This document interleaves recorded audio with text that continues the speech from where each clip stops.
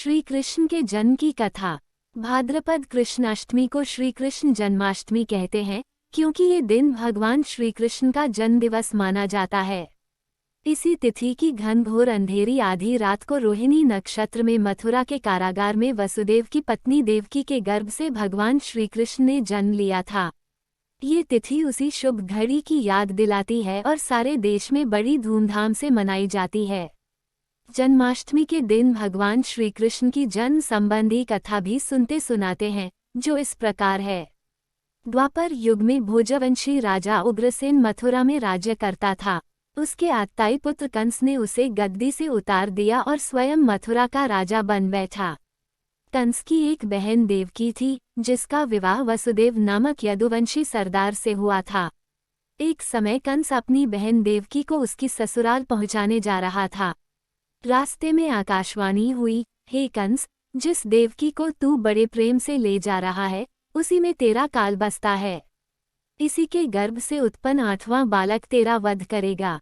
ये सुनकर कंस वसुदेव को मारने के लिए उद्यत हुआ। तब देवकी ने उससे विनयपूर्वक कहा, मेरे गर्भ से जो संतान होगी, उसे मैं तुम्हारे सामने ला दूंगी। बहनोई को मारने से क्या लाभ है। कंस ने देवकी की बात मान ली और मथुरा वापस चला आया। उसने वसुदेव और देवकी को कारागृह में डाल दिया। वसुदेव देवकी के एक एक करके 7 बच्चे हुए और 7 को जन्म लेते ही कंस ने मार डाला। अब 8वां बच्चा होने वाला था। कारागार में उन पर कड़े पहरे बैठा दिए गए। उसी समय नंद की पत्नी यशोदा को भी बच्चा होने वाला था। उन्होंने वसुदेव देवकी के दुखी जीवन को देख 8वें बच्चे की रक्षा का उपाय रचा।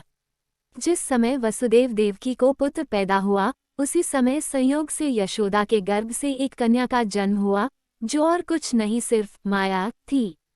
जिस कोठरी में देवकी वसुदेव कैद थे, उसमें अचानक प्रकाश हुआ और उनके सामने शंख, चक्र, गदा, पद्म धारण किए चतुर्भुज भगवान प्रकट हुए।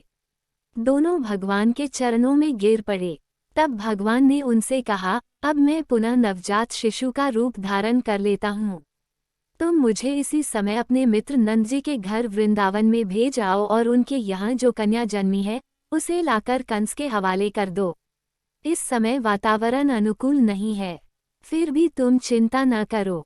जागते हुए पहरेदार सो जाएंगे, कारागृह के फाटक अपने आप खुल जाएंगे और उफनती अथाह यमुना तुमको पार जाने का मार्ग दे देगी।